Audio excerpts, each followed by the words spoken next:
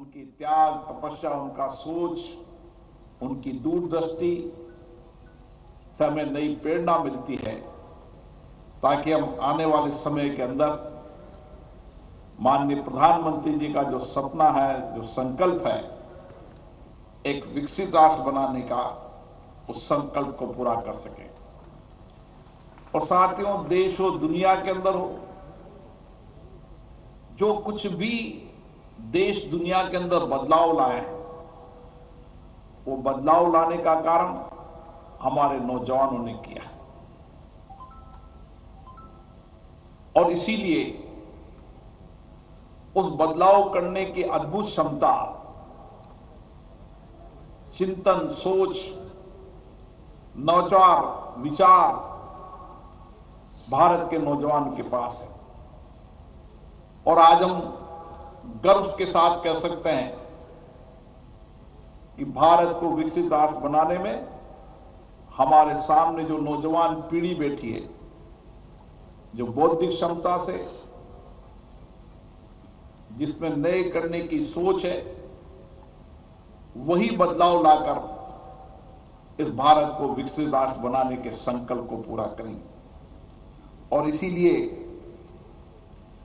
एक समृद्ध राष्ट्र के लिए उसकी समृद्ध विरासत को याद करना, उस समय किस तरीके से महंत दिग्विजयनाथ जी ने एक समग्र दृष्टिकोण के साथ काम किया, तो हम हमारी विरासत को याद करें, हमारी समृद्ध संस्कृति को याद करें, हमारा समर्थ आध्यात्मिक धर्म और उन सारे महान व्यक्तित्व जिन्होंने उस समय नौजवानों की पीढ़ी को प्रेरणा दी, आज भी हमारे लिए प्रेरणा स्रोत हैं।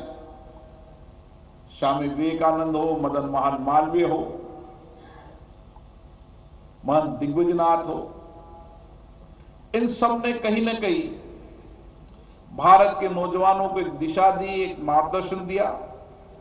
और इसीलिए हम हमारी विरासत को भी याद करें, वर्तमान में और भविष्य के अंदर एक नए भारत बनाने के संकल्पों को पूरा करें। आज मुझे खुशी है कि महाराणा प्रताप शिक्षा परिषद इसी तरीके से विभिन्न प्रतियोगिताओं के माध्यम से, जिसमें हजारों विद्यार्थी भाग लेते हैं, उन प्रतियोगिताओं को आयोजन के पीछे मकसद यह रहता है कि हम एक स्वस्थ कंपटीशन कराएं।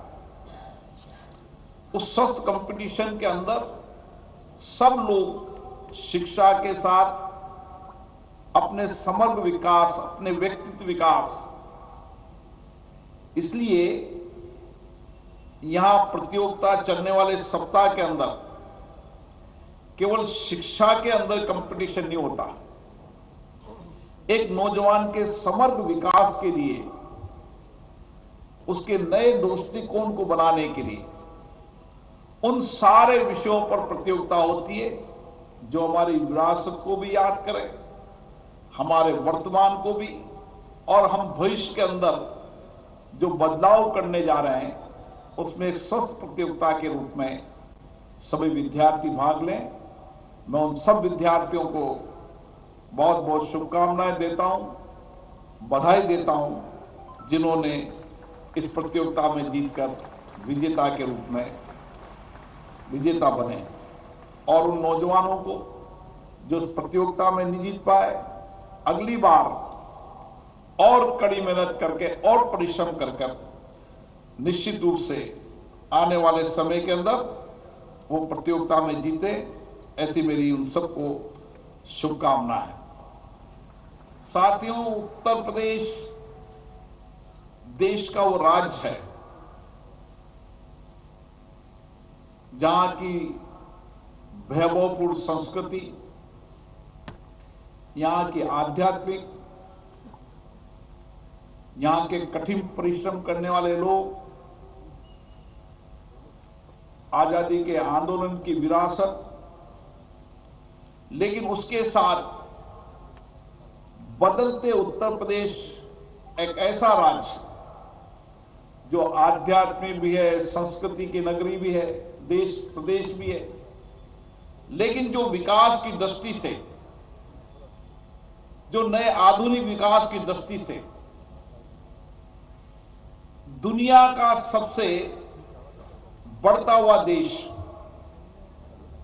जिसकी एक समग्र दृष्टिकोण, नए विचार रखने वाले मुख्यमंत्री, जिन्होंने अपनी वैभव संस्कृति से संस्कृति, आध्यात्मिक, धर्म की नगरी प्रदेश बनाने के साथ साथ किस तरीके से उत्तर प्रदेश के अंदर, चाहे इंडस्ट्रीज का सेक्टर हो, चाहे सर्विस का सेक्टर हो, चाहे नौजवानों को अच्छी शिक्षा मिलने का हो, अच्छी चिकित्सा हो, तकनीकी ज्ञान विज्ञान हो, उस दिशा के अंदर एक लंबा दृष्टिकोण बनाकर काम शुरू किया।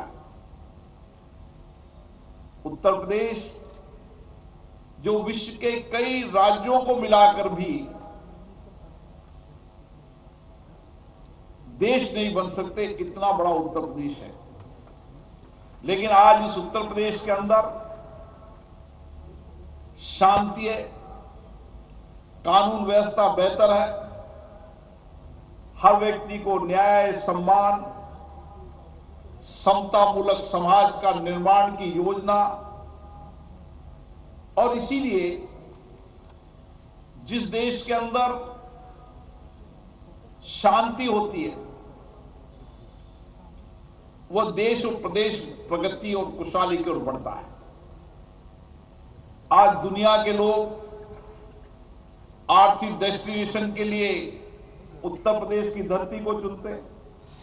भारत का जितना उद्योगपति, मुझे पता नहीं कि इसके पहले मैंने कभी कोई उद्योगपति मुझे मिला हो जिसने कहा मैं उत्तर प्रदेश के अंदर कोई कारखाना, उद्योग लगाना चाहता हूं। लेकिन कानून का राज,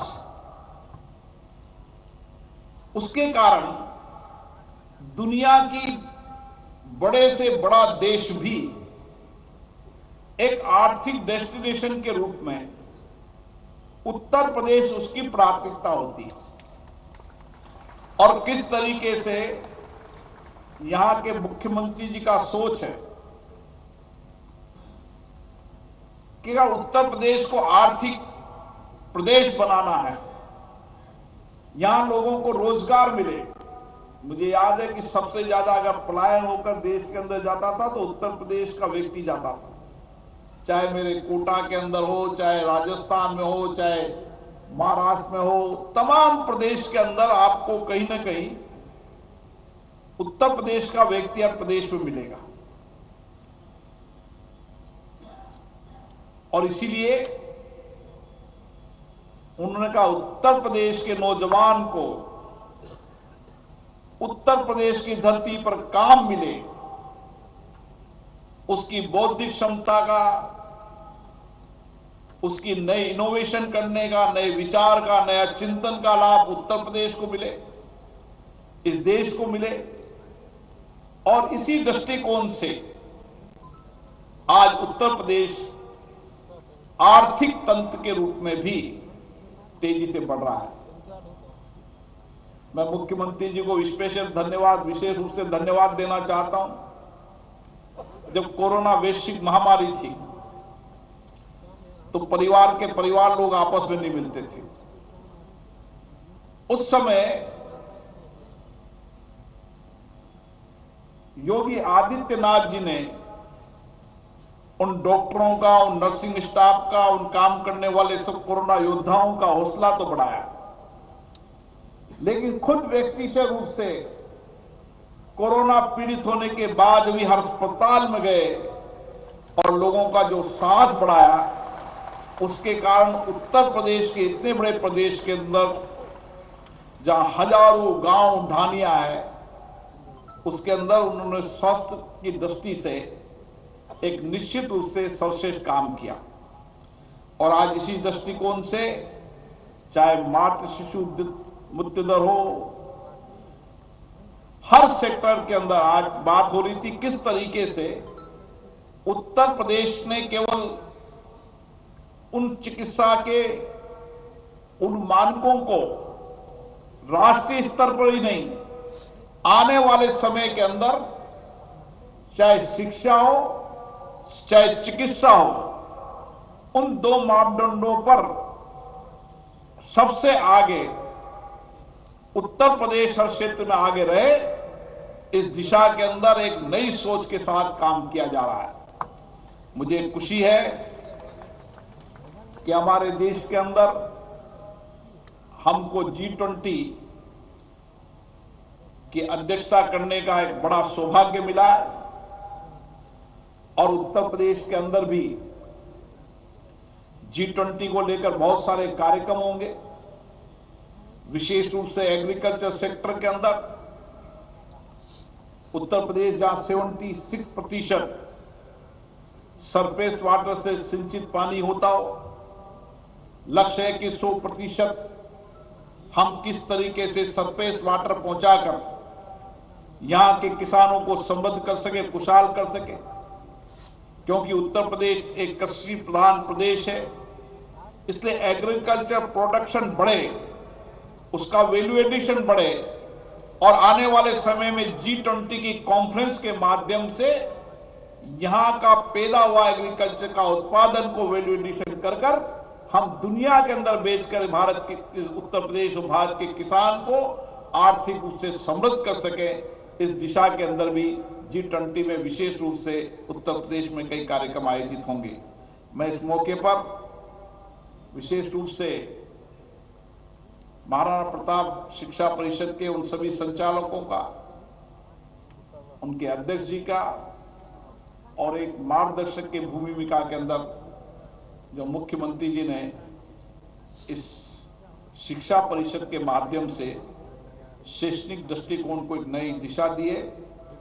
आने वाले समय में यहां पे पढ़ने वाला बच्चा देश और दुनिया में नेतृत्व करेगा, क्योंकि शिक्षा के साथ समग्र दृष्टिकोण, आध्यात्मिक धर्म का दृष्टिकोण, अच्छे संस्कारों का दृष्टिकोण उसको दिशा देगा। मैं पुनः एक कार्यशील लोकतंत्र के रूप में उत्तर प्रदेश और भारत ने अपनी छवि बनाई है। हम मदर ऑफ डेमोक्रेसी, हमारी प्राचीनतम लोकतंत्र पद्धति और किस तरीके से लोकतंत्र के माध्यम से हमने 75 साल की यात्रा में आर्थिक सामाजिक विकास किया, उस लोकतंत्र की सशक्त मजबूत करने में उत्तर प्रदेश की बहुत बड़ी भूमिका रही है। और इसीलिए उत्तर प्रदेश के अंदर हम लोकतांत्रिक मूल्यों की स्थापना करते हुए हमारे हर विद्यार्थी और नौजवानों के अंदर अपने कार्य में, हमारे व्यवहार में, हमारे आचरण में लोकतंत्र की कार्यशैली हो और किस तरीके से अब चर्चा, संवाद, बातचीत कर हमारी सारी समग्र दृष्टिकोण लगाकर किस तरीके से उत्तर प्रदेश और भारत को बढ़ा सकते हैं, उसमें हमारा योगदान दें। पुनः आज मुझे अच्छा लगा, मुख्यमंत्री जी के आग्रह पर मैं आया, गोरखनाथ मंदिर के मैंने दर्शन किए और उनके दृष्टिकोण का भी बातचीत से पता चला। मैं इस विश्वास भरोसे के साथ कह सकता हूं, आप इंतजार कीजिए, एक दिन वक्त आएगा कि उत्तर प्रदेश दुनिया के अंदर आर्थिक दृष्टिकोण का महत्वपूर्ण केंद्र बनेगा। उत्तर प्रदेश में रहने वाले हर नौजवान को यहां रोजगार मिलेगा, यहां का किसान समृद्धशील होगा, एक शांत प्रदेश, एक कानून का राज का प्रदेश होगा और हम हर स्तर पर उत्तर प्रदेश देश और दुनिया में आगे रहेगा। ऐसी मेरी शुभकामनाएं। आप सभी को पुनः बहुत बहुत धन्यवाद। बहुत बहुत धन्यवाद आदरणीय अध्यक्ष जी। गोरखपुर विश्वविद्यालय की स्थापना का आपने संदर्भ दिया था।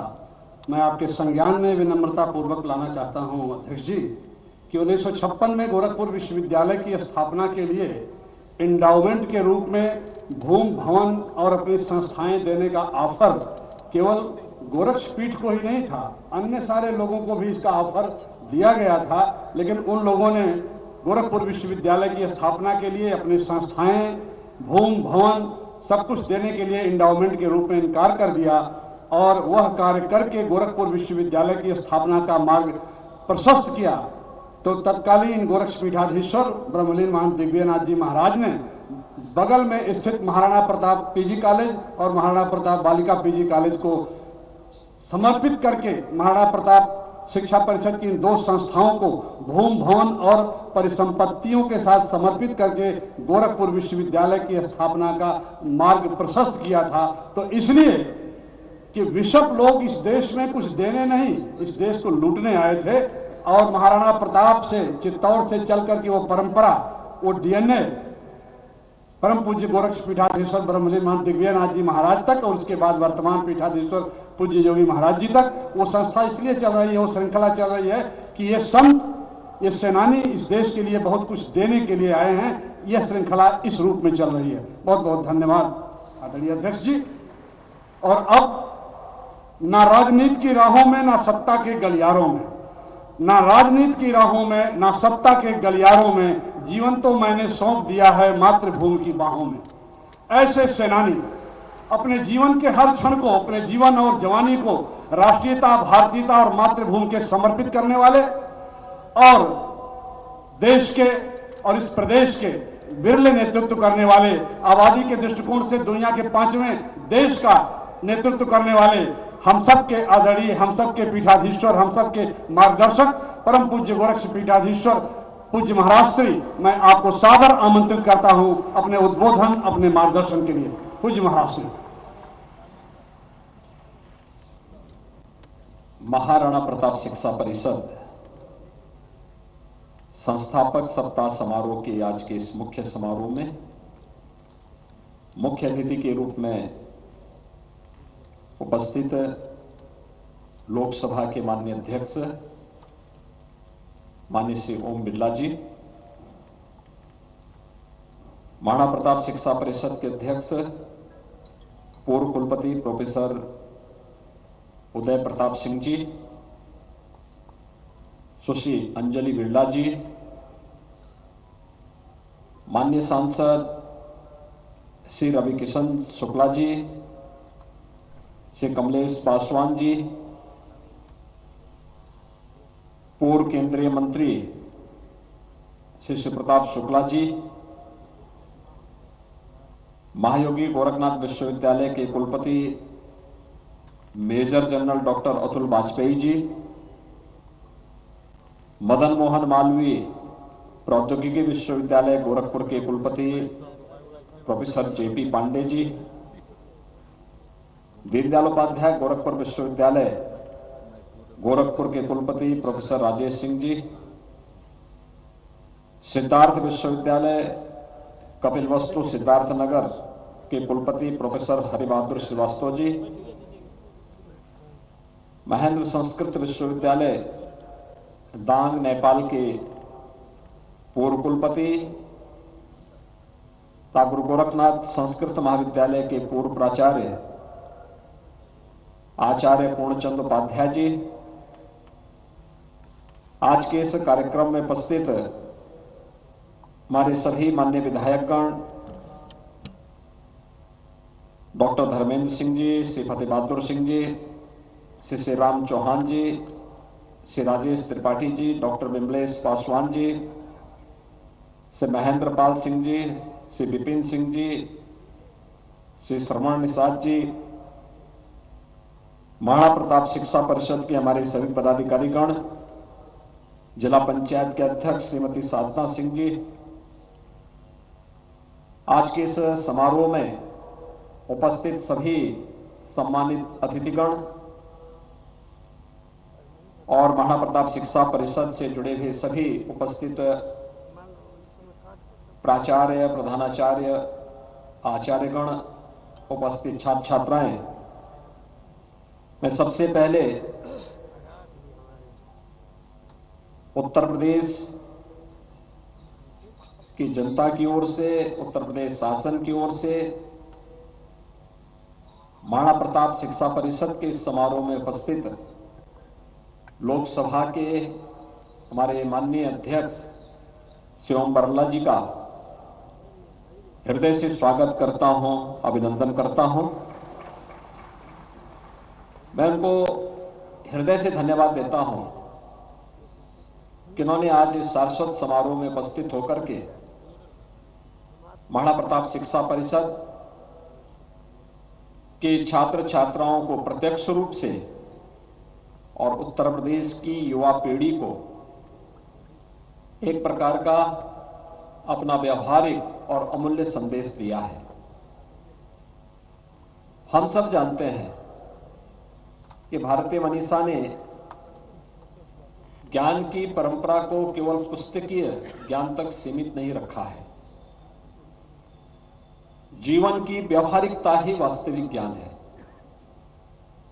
और जीवन की इस व्यवहारिकता के मूर्त स्वरूप हैं लोकसभा के हमारे स्पीकर आदरणीय श्री ओम बिरला जी। एक लंबे समय से सार्वजनिक जीवन में कार्य करते हुए एक कार्यकर्ता के रूप में, एक समाजसेवी के रूप में, एक विधायक के रूप में, एक सांसद के रूप में और आज लोकसभा भारत के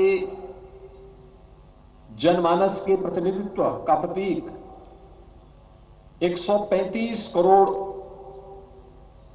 की आबादी जहां अपना प्रतिनिधि चुनकर के भेजती है, देश के उस महत्वपूर्ण सदन के माननीय स्पीकर के रूप में आज आपका मार्गदर्शन देश को, दुनिया को लोकतांत्रिक मूल्यों के प्रति, जीवन मूल्यों के प्रति एक नया दृष्टि देता है। आज आप यहां पर आए हैं, मैं आपका हृदय से स्वागत करता हूं, अभिनंदन करता हूं। हम सब जानते हैं महाराणा प्रताप शिक्षा परिषद की स्थापना 1932 में ब्रह्मलीन महंत दिग्विजयनाथ जी महाराज ने की थी। यह वह समय था जब देश स्वतंत्र था। आजादी से 15 वर्ष पूर्व यह देश किन स्थितियों में रहा होगा। स्वाभाविक रूप से इस समय गोरखपुर आने के लिए साधन भी नहीं रहे होंगे और जो मेरी जानकारी है कि उस समय गोरखपुर का राजधानी लखनऊ के साथ जो जुड़ाव था वह एक पेंटून ब्रिज से था, पक्का पुल भी नहीं था। और उस समय यहां पर उन्होंने एक बीज रोपित किया था शिक्षा के केंद्र के रूप में, जो आज महाराणा प्रताप इंटर कॉलेज और इन सभी संस्थाओं की मातृ संस्था के रूप में जो महाराणा प्रताप शिक्षा परिषद है। आजादी के 15 वर्ष पहले, और आज यह हमारा सौभाग्य है कि देश आजादी का अमृत महोत्सव मना रहा है। हमने आजादी की लड़ाई को नहीं देखी। इस मंच पर बहुत कम लोग होंगे जिन्होंने आजादी की लड़ाई में प्रत्यक्ष रूप से उस लड़ाई को देखा होगा। उस समय सोचने समझने की एक भावना उनके अंदर रही होगी। हमारे शिक्षा परिषद के अध्यक्ष प्रोफेसर यूपी सिंह जी जैसे कुछ ही ऐसे लोग रहे होंगे जिन्होंने आजादी के आंदोलन को नजदीक से देखा होगा। शेष हम में से ज्यादातर लोग उस लड़ाई के बारे में सुनते हैं, उस आंदोलन के बारे में सुनते हैं, जानकारी लेते हैं। जब ये देश आजाद हुआ होगा उस समय आम जन की भागीदारी क्या थी, कितनी थी, कुछ नहीं कहा जा सकता। लेकिन ये हम सबका सौभाग्य है कि आजादी के अमृत महोत्सव ये एक अवसर मिलेगा। इसलिए ये वेलनेस सेंटर्स भी लगभग 1000 गांवों में ये बनाने की हमारी योजना चल रही है। 600 स्थानों पर इस प्रकार की एक पार्क एवं व्यायामशालाओं का निर्माण हो चुका है। इस गति को भी आगे बढ़ा करके वहां हमने योग शिक्षक, योग सहायक ऐसी नियुक्ति भी कर दी है। तो ये भी बहुत बड़ा काम है, जिससे हमारा जो शारीरिक स्थिति है, हमारे खान पान के कारण से, हमारे व्यायाम के कारण से, योग के कारण से हमारी स्थिति अच्छी बनी रहे, व्यक्ति निरोगी रहे, इसकी भी योजना हमने बनाई है। मित्रों, अपने यहाँ हम जो प्रदेश में परिवार पहचान पत्र के माध्यम से न केवल निरोगी अथवा चिरायु योजना, बल्कि गरीब परिवार है उसकी हर प्रकार की चिंता ये हम कर रहे हैं। आखिर तो किसी भी समाज की कल्पना, सुखी समाज की कल्पना तभी की जा सकती है कि जो पंक्ति में पिछड़ गया है, सबसे पीछे है, उसको कैसे आगे बढ़ाया जाए। इसको आगे बढ़ाने के लिए अंत्योदय के अंतर्गत गरीबी उन्मूलन की जो योजनाएं हैं, केंद्र सरकार की सहायता से प्रदेश सरकार में भी हम बहुत सी योजनाएं बना रहे हैं, जिसमें से हम आगे बढ़े। परिवार पहचान पत्र का डाटा लगभग 95-96% हमारा कंप्लीट हो गया है। फिर भी उसकी वेरिफिकेशन करते हुए अथवा डाटा बनाते हुए कुछ त्रुटियां, कुछ गलतियां ये रह जाती हैं। इनको ठीक करने का एक अभियान भी हम चला रहे हैं। अभी 2 दिन का ऐसे जो जगह जगह कैंप्स लगा रहे हैं, 10 और 11 तारीख, आज और कल 2 दिन रहेंगे। इसी प्रकार 3 दिन अन्य 16, 17 और 18 दिसंबर ये सब कैंप लगाए जाएंगे, जिसके अंदर इन कारणों में जो भी परिवार पहचान पत्र डाटा में त्रुटि है उसको ठीक कराया जा सकता है। जिनके अभी परिवार पहचान पत्र कार्ड नहीं बने हैं, उनके नए कार्ड भी बनाए जा सकते हैं। जिनकी अभी पेंशन की भी शिकायत आ रही है, उन पेंशन की शिकायतों में जो भी कोई त्रुटियां हैं या जो लाभार्थी की जो लाभ लेने की जो उसकी योग्यता है, उसको ध्यान में रखते हुए और इस पेंशन के काम को भी तेजी से ठीक किया जा रहा है। कहीं कोई त्रुटि है उसको ठीक किया जा रहा है। अगले 1 जनवरी से सभी ऐसे गरीब परिवार 1,80,000 रुपए तक की आय के इनके जो राशन कार्ड है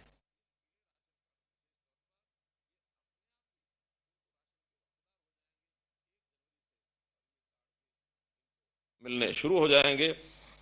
इस प्रकार जो चीजें हम लगातार आगे बढ़ रहे हैं, परिवार पहचान पत्र के अंदर परिवार की गरीबी को कैसे समाप्त करना, हर परिवार में से एक व्यक्ति रोजगार उसको मिले। मुख्यमंत्री परिवार अंत्योदय परिवार उत्थान योजना के अंतर्गत हमने लगभग 500 कैंप लगाए हैं। अभी तक 2.5 लाख परिवारों का उसके अंदर एक प्रकार से उनकी काउंसलिंग हो चुकी है, उनका इंटरव्यू हो चुका है, जिसमें लोग अपना लाभ उठा रहे हैं। बैंकों से उनको लोन दिए जा रहे हैं। प्राइवेट नौकरी में भी जहां कहीं उनको सहायता की जा सकती है वो की जा रही है, अथवा स्किलिंग के माध्यम से उनका अपना रोजगार वो कैसे कर सकें, इस योजना पर हम काम कर रहे हैं। ऐसे जो युवक हैं जहां कहीं पढ़ाई लिखाई करने के बाद और अपना पासपोर्ट लेकर स्किलिंग के माध्यम से यदि विदेश जाने की भी उनकी इच्छा होती है, ऐसे लोगों के लिए भी एक व्यवस्था हमने की है। ओवरसीज प्लेसमेंट सेल ये हमने बनाया है, ताकि विदेश से भी अगर कोई मांग आती है, अपने भारतवर्ष से बहुत से ऐसे लोग बाहर जाकर के तरह तरह के स्किल्ड इस फोर्स के नाते से वो काम करते हैं। इसमें हमने भी फॉरेन कोऑपरेशन डिपार्टमेंट के माध्यम से योजना बनाकर 1 लाख लोगों को विदेश में जाने की सुविधा उनको मिले, ऐसी योजना बनाई है। जो लोग अपनी ग्रेजुएशन, पोस्ट ग्रेजुएशन की पढ़ाई कर लेते हैं, करते हुए वो अप्लाई यदि करेंगे तो उनको भी पासपोर्ट देने की व्यवस्था होगी। ऐसा पासपोर्ट का एक पोर्टल जल्दी बन रहा है। उस पोर्टल पर अपने डिग्री समाप्ति से पहले 6 महीने पहले यदि वो अप्लाई करेंगे तो उनको अपने मार्कशीट के साथ पासपोर्ट भी मिलेगा, और स्किलिंग के साथ वो बाहर जाने की इच्छा करते हैं तो ऐसे लोगों को बाहर भी भेजा जाएगा। अन्य प्रकार की जो भी सहायता है वो उनको दी जाएगी। ये जो हमारा चिरायु जो कार्ड बन रहा है चिरायु योजना के अंतर्गत, इसमें 2 उल्लेखनीय बातें और हैं जो मुझे आपको बतानी है। एक, इसमें जो 1500 बीमारियों की सूची ये बनी है, जो मैंने पहले भी बताया कि सरकारी अस्पतालों में भी इसकी व्यवस्था कर रहे हैं, सबका जो इलाज वो वहां हो सके। और दूसरा, इसमें दिव्यांग बंधु जो इससे पहले शायद योजना में कवर नहीं है, लेकिन अब दिव्यांग बंधुओं का इलाज वो भी इसके अंतर्गत हम लेकर के आ रहे हैं, ताकि ऐसे लोगों को भी लाभ मिले। अंत में मैं आपसे अपील करना चाहता हूं कि आप अपने स्वास्थ्य की जिम्मेदारी खुद लें। स्वास्थ्य को ठीक रखने का काम ये आपका अपना है। जो सावधानियां यदि बरतेंगे तो निश्चित रूप से स्वास्थ्य ठीक रहेगा, अपना खान पान ठीक हो, हम इन बीमारियों को आगे बढ़ने से रोकें, हम अपने स्वच्छता अभियान में भी बढ़ चढ़ करके आगे काम लें, क्योंकि गंदगी से भी बीमारियां बहुत फैलती हैं और जो बीमारियां जहां रोकी जा सकती है वहां रोकना चाहिए। अपने शरीर में बीमारी ना आने दें, इसके लिए व्यायाम करें, योग करें, शरीर को स्वस्थ रखें। ये यदि जागरूकता समाज में आती है तो एक बहुत बड़ा काम ये हमारा होगा। निश्चित रूप से हमने अपने जैसे शास्त्रों में पढ़ा है, सर्वे भवन्तु सुखिना सर्वे सन्तु निरामया सर्वे भद्राणि पश्यन्तु मां कश्चित् दुख भाग भवेत्। इस प्रकार की भावना से कोई रोगी ना हो, कोई बीमार ना हो, सब निरोगी रहें, ऐसा एक परिवार हमारा जो बन रहा है, वसुधैव कुटुंबकम की भावना से हम पूरे देश के लोगों को एक परिवार के रूप में उसको आगे बढ़ाएं। इतनी बात कहते हुए मैं अपनी बात को समाप्त करता हूं और निश्चित रूप से जो कार्ड बांटने का काम आज जगह जगह